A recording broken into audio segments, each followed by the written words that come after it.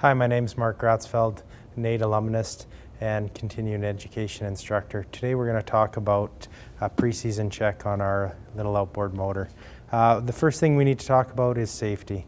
So again, with safety, we want to make sure that we have our safety harness and it's properly inspected. We haven't bypassed it. So the first thing I'm going to do is flip it open and I'm going to pull the spark plug wires off so this unit can't start by accident. This unit, any outboard, we don't want to try shifting it when the engine's not running. We can shift it from forward into neutral or from reverse back into neutral, but we don't want to try shifting it into gears as we could possibly damage some of the linkage. One of the first things that I'm going to do is just give it a quick little tug over to make sure my engine still spins and there's no damage. The next thing I'm going to look at is my propeller. What's the shape of my propeller? This one actually has some damage and I would want to clean this up. Our prop is very similar to our tires on our car. When we have damage, the prop becomes unbalanced. It's going to shake. Just like our car tires in the winter, we get ice in, some of the ice falls off, the car really starts to shake. When that shaking happens, it's actually going to put extra strain on our gear case and our engine. So it is something we want to keep balanced and keep clean. So again, we're going to check for leaks. On this guy here, we have our water pickups right here. These units have to be run in water. At no time should they be started out of water. We will damage the cooling feature, the water pump on this unit. So the next piece of that we want to look at is the gear oil. On these guys, the drain plugs on a lot of units can be very tight. I've got a regular flat screwdriver and I've got an impact driver. The impact driver is really good to protect our screw so that it doesn't strip. What you do is you put a little bit of twisting force, like you're going to unscrew it, and you tap it with the hammer. The impact gives it a twist and allows us to. And I can pull it out and I can see that the oil's clean on this one. I'm going to just set it in there. Now I need to grab the oil. These units you have to fill from the bottom until the oil comes out the top. And the reason we do that is we don't want any air trapping in here.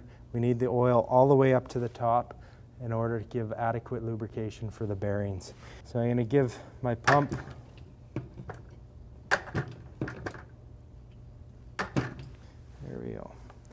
I'm filling it up, it's coming out. I'm going to let it drizzle. I'm going to put the top plug in and I'm going to unthread my pump and quickly put my bottom plug in. So I'm also going to look for damage to my lower skeg and my lower unit, so we can feel on this guy that we don't have any damage. I'm now going to take my spark plugs out to have an inspection to them. This is a two-stroke engine, so they're a lot more prone to spark plug failure and spark plug gumming. So this guy looks like it has just been replaced back in the fall when we winterized the unit, so I'm going to put it back in, and I'm going to repeat and do the other cylinder as well. Just went out, got some fresh fuel, mixed it with 50-to-1 oil mixture, which is what this unit is recommended in the owner's manual.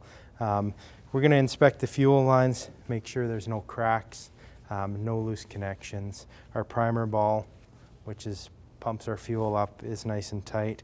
The ends are nice and tight as well. So I've also got a gas tank vent on this, which I'm going to have to open up before I start this unit up.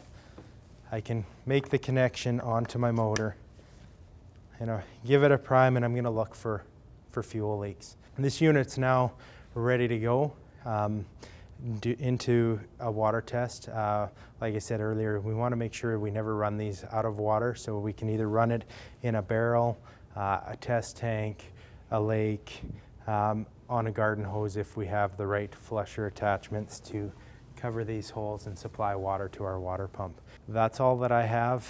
You can refer to your owner's manual. We'll answer a lot of these questions that you may have, or see your local dealer.